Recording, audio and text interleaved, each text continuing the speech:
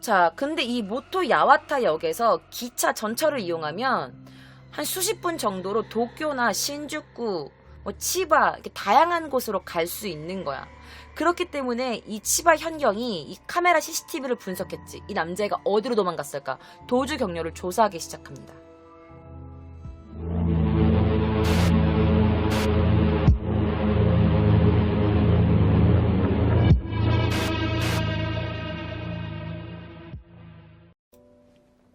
자, 그가 바로 도망친 곳입니다. 바로 섬이에요. 왜 섬으로 도망쳤는지는 몰라. 왜 그럴까요? 자, ANN 취재에서 그가 흉기로 보이는 칼은요, 사실 그녀를 찌르고 나서 동쪽으로 한 800m 정도 떨어진 그 JR 고가 다리 아래에 있는 자판기가 있었는데 그 자판기 밑에 칼 2개를 이렇게 감춘 거야. 그리고 나서 거기에 있는 쇼핑센터에서 옷을 갈아입고 사건 현장에서 300km나 떨어진 이지에 있는 한 하치조지마이라는 부두에서 발견돼요. 이 남자가. 그런데 그 남자애가 왜 다키시마 부두에 갔냐라고 하면 사실 여기에 그의 친아버지의 무덤이 있대. 하치조 섬에 그의 친아버지의 무덤이 있기 때문에 이쪽으로 도망간 거야. 자, 27일 오후 10시 20분에 도쿄를 떠난 여객선이 이제 이 페리가 승강장에 딱 도착했는데 사실 이 승강장에는 경찰들이 기다리고 있었어. 미리. 당시 그 페리를 타려고 했던 사람은요, 승객이 14명 정도 있었고 12명이 이미 도쿄에서 승선을 하고 있었대. 그런데 이 용의자가 28일 오전 9시 전에 미리 항구에 도착했고 이 페리에 타려고 했는데 경찰한테 잡히게 된 거야. 당시 체포 영상 제가 보여드리겠습니다. 사실은 왜 다 뒤져봐도 그의 체포 영상이 없는 거야. 그래서 제가 그의 그 체포됐을 때 사진들이 진짜 싹 다 거의 가져왔어. 체포됐을 때, 그가 당시 체포됐을 때 사진들을 제가 긁어 모아서 영상으로 만들어서 갖고 왔는데 지금부터 저랑 함께 보실게요. 그런데 여러분 아까 그 목격자 얘기 기억나세요? 목격자가 뭐라 그랬죠? 그 여자 목격자랑 남자 목격자가 있어요. 남자 목격자가 분명히 그는 검은색 옷을 입고 있었다고 했어. 그런데 이 체포됐을 당시에는요, 상하 회색 옷을 입었고 약간 줄무늬 있는 옷을 입고 있었어. 그리고 약간 회색 모자를 눌러쓰고 있는 모습이 보이죠. 사실 그때 당시에 같이 그 페리를 타려고 했던 그 사람들의 말에 따르면 이 남자는 굉장히 피곤해 보였대. 그리고 경찰들이 왔을 때도 저항하는 모습도 하나도 없었고 그냥 배에서 뭔가 포기한 듯한 모습으로 이렇게 밖으로 나왔대. 그 오카 용의자는 경찰 헬기를 타고 다시 치바현 쪽으로 이송됩니다. 자, 페리에 탔을 때 경찰관이 이렇게 물어봤대. 오카 씨입니까? 그랬더니 그가 약간 단념한 듯이 네, 제가 오카 하야토입니다 라고 바로 솔직하게 인정했대. 그리고 페리에서 내렸을 때 그 당시 모습이 뭔가 좀 단념한 사람처럼 보였다.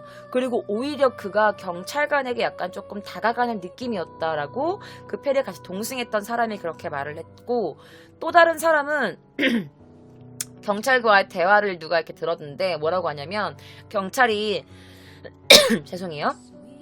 경찰이 이렇게 말하는 거야. 제가 왜 하는지 알고 있죠? 그랬더니 그가 네, 압니다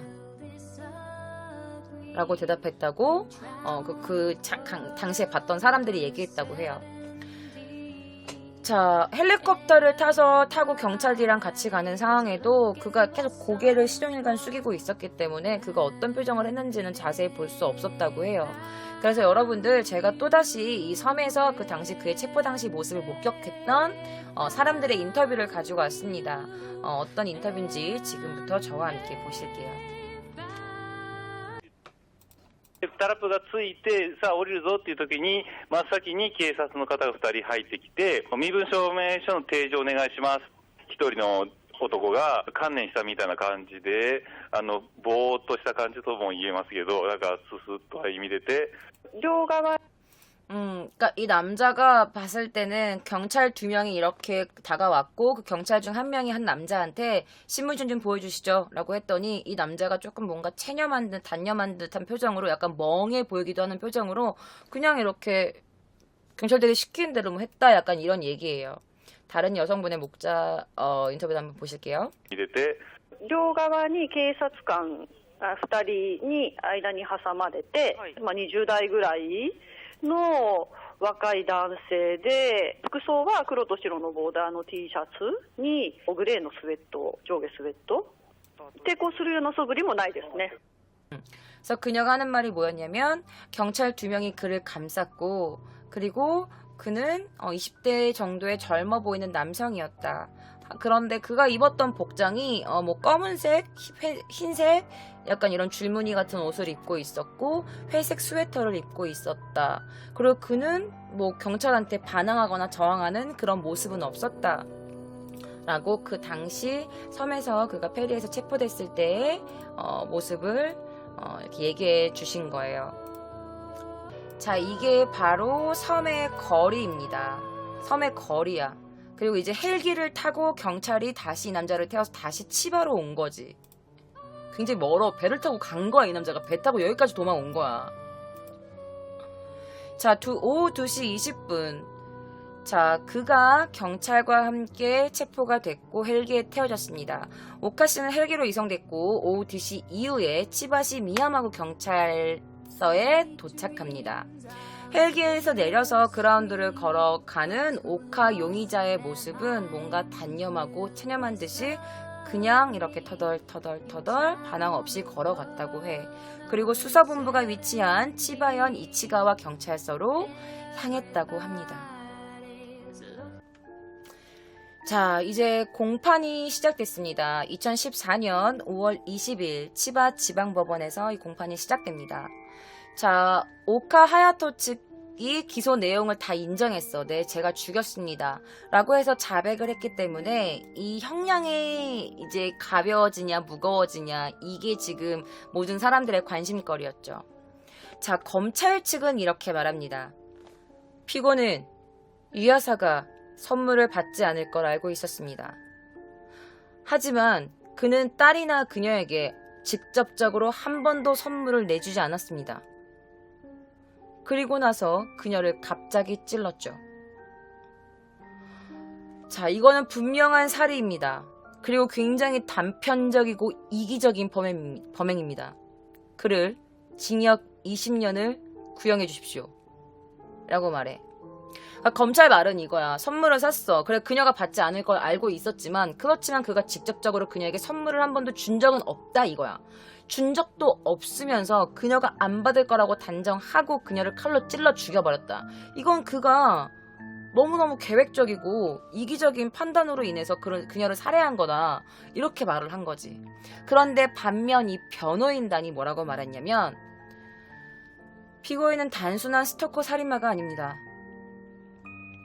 자신을 너무도 따랐던 그 유야사 씨의 딸과 만날 수 없는 것이 그의 최대의 고민이었습니다. 그리고 그는 생각했죠. 왜 자신만 이렇게 불행해야 하나.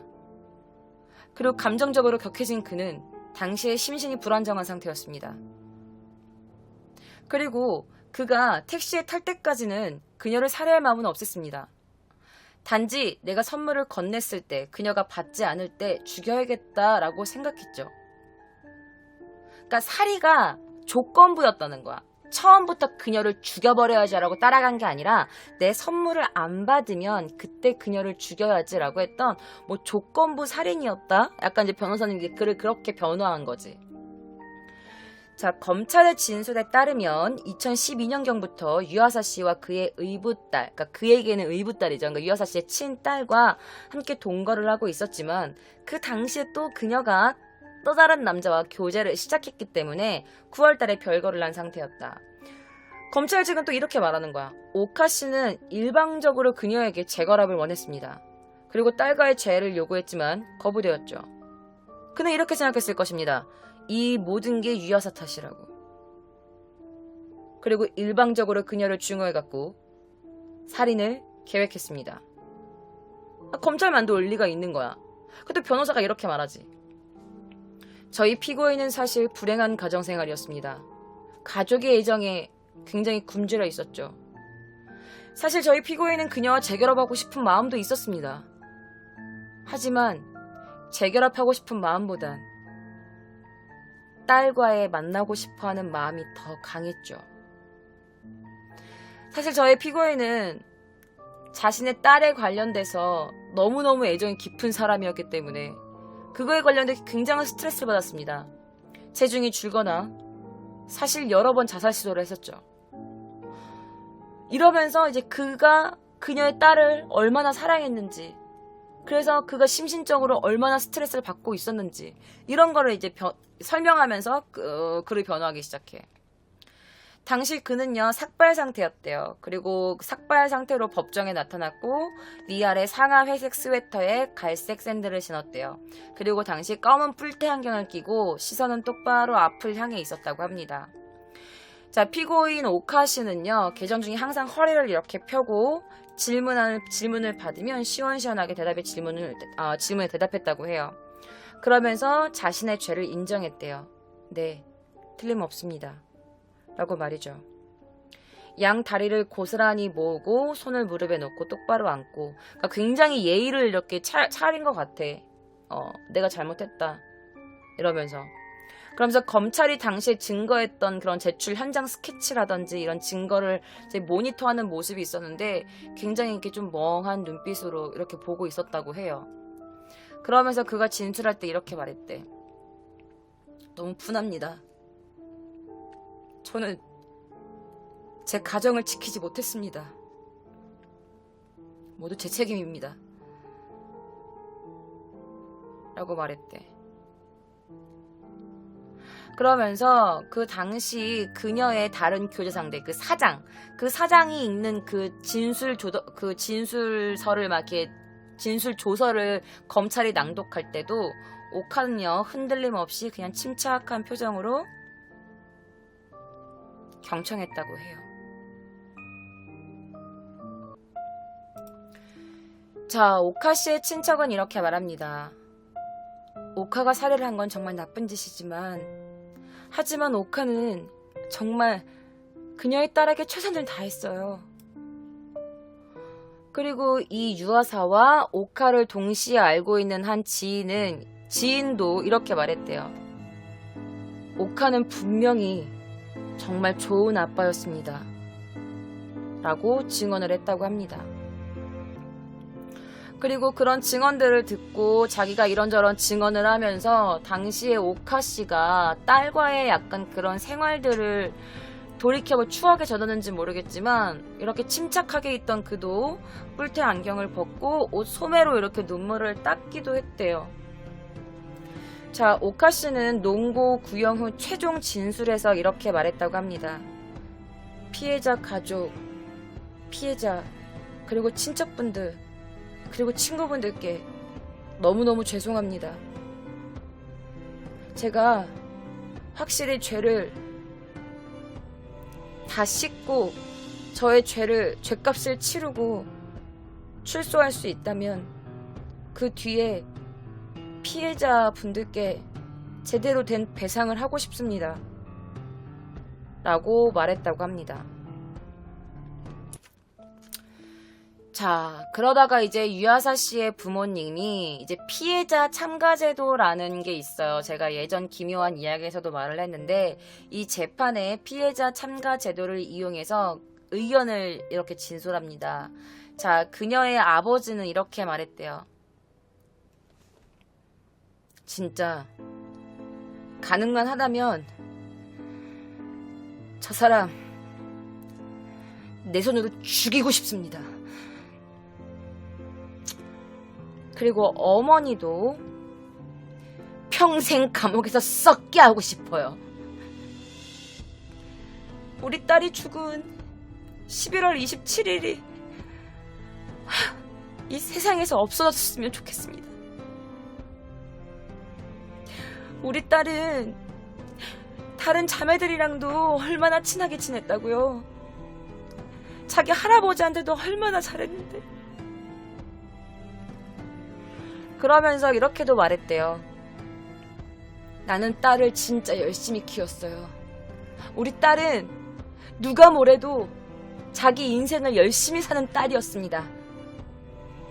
나한테는 정말 자랑스러운 딸이었는데 내 딸 다시 한번 만날 수 있다면 꼭 안아주고 싶어요. 라고 했대. 근데 솔직히 자식 잃은 부모 마음을 감히 누가 이해하겠어요. 감히 누가. 자, 어쨌든 살인과 총도법 위반으로 혐의로 기소된 그녀의 전 교제 상대였던 오카 하야토. 자, 재판의 논고 구형 끝에 2014년 5월 22일 치바 지방법원 사사키 가zuo 재판장이 이렇게 말합니다. 자, 다시 할게요. 자, 어쨌든 살인과 총도법 위반 혐의로 기소되었던 그녀의 전 교제 상대였던 오카 하야토에 대한 재판원 재판 논고 구형 공판이 2014년 5월 22일 치바 지방법원에서 열립니다.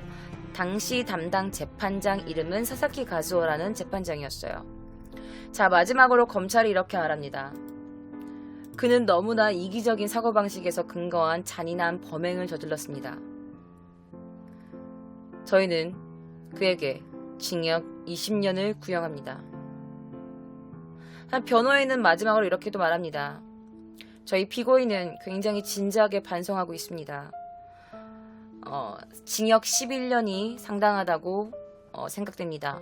라고 하면서 변호사는 11년을 원했어. 자, 하지만 검찰이 또 이렇게 반문합니다. 자신의 생각을 상대가 따를 것이라고 생각하는 게 바로 스토커입니다. 일반적인 심리에서 거두 자신의 딸 앞에서 주저없이 그녀를 찔렀다는 건 굉장히 비인간적인 행위입니다. 라고 하지. 그리고 또 이렇게 말합니다. 유족의 대리인 변호사는 진짜 당신이 딸을 사랑했으면, 진정 딸에게 애정이 있었으면 그 딸 눈앞에서 엄마를 찌르는 등의 행위를 할 수가 없습니다. 그건 단순한 집착일 뿐입니다. 그런데 사실은 그는 딸이 있는 걸 몰랐어. 딸이 그 유아사 옆에 있는 걸 몰랐던 거야. 그 유아사만 보고 어이 한 다음에 그냥 찔러버리고 도망간 거야. 그 정도로 그가 약간 좀 분노에 약간 조금 이성을 잃었던 상태였지. 딸이 있으면 감히 그가 안 찔렀겠지. 딸을 얼마나 사랑했는데. 그러면서 검찰은 그건 자기만의 사랑이다. 구제불능 미숙한 사랑이었다. 그에게 가능한 무거운 형을 선고해야 된다면서 의견을 밝힙니다. 자, 하지만 변호인은 최종 변론에서 이렇게 말합니다. 사실 우리 피고인은 사건의 2개월 반 전까지 유아사와 동거를 하고 그의 딸과 함께 동거를 하면서 직장생활, 육아 모두 함께 굉장히 열심히 노력하는 사람이었습니다. 그렇기 때문에 그에게 충분한 동정의 여지가 있다고 봅니다. 범행 당시 정말 심리적으로 자신의 아이처럼 귀여운 딸을 보지 못하게 한 그 유아사에 관련해서 분노가 너무 싫어서 냉정함을 잃었습니다. 그렇기 때문에 냉정함을 잃고 이제 그녀를 살해했기 때문에 그 자기가 너무너무 아꼈던 그 딸이 시야에 들어가지 않을 정도로 냉정함을 잃었던 상태다. 그러니까 심신미약 상태였다. 그러니까 정상 참작을 요구합니다. 라고 변호하죠. 하지만 오카 씨는 또 최종 진술에서 이렇게 말해요. 무조건 자기가 잘못했다고 해. 피해자나 유족에게 진심으로 죄송합니다. 제가 죄를 보상하고 만약에 감옥을 출소할 수만 있다면 제가 정말 배상하고 싶습니다. 라고 말하면서 목소리를 굉장히 떨었다고 해요. 자, 오카에 대한 재판원 재판 판결 공판이 2014년 5월 26일 치바 지방법원에서 열렸고 사사키 가zuo 재판장은요 그에게 징역 16년, 구형 징역 20년을 선고합니다. 사실 이 사건이 좀 충격적이잖아. 그렇게 번화가에서 사람이 찔린 거야. 예를 들면 뭐 홍대라든지 강남 이런 쪽에서 사람이 찔린 거야. 여자가. 그러니까 굉장히 충격적인 사건이었잖아. 그런데 많은 사람들이 피해자임에도 불구하고 그녀에게 별로 동정할 수 없다라는 말을 해. 그래서 그 인터넷 댓글이 몇 개 있어서 제가 가지고 와봤어요. 뭐라고 했냐면, 야, 죽을 만한 이유가 분명히 있었던 것 같아. 뭐 어쩔 수 없네. 역시 치장의 혼란이란 무서운 거다. 미안한데 나 이 여자 동정되지 않는데? 솔직히 문제의 바탕이 된 건 여성 쪽에 책임이 있잖아. 야, 이런 걸 바로 자업자득이라고 말하는 거야. 제일 불쌍한 건 남겨진 아이야. 야, 말하기 좀 그런데, 야, 여자가 너무 단정치 못한 거 아니냐? 야, 솔까 22세에서 22살에 3살의 애가 있다는 것만 봐도. 야, 그리고 남자 2명이나, 에이. 근데 이건 조금 잘못된 것 같아. 22살, 3살짜리 애기 있으면 왜 안 돼? 이거는 좀, 이 댓글 단 사람이 좀 나쁜 것 같아. 자, 또 다른 댓글을 읽어드릴게요. 숨진 여성에겐 미안하지만, 아니, 그녀가 다른 남자 교제 문제도 많았고, 또 금전 문제도 안고 있었다면서.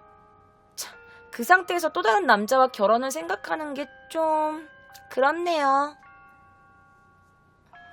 또 다른 댓글은 3살짜리 딸도 있었는데 난 그녀가 좀 더 신중하게 생활해야 했다고 봐.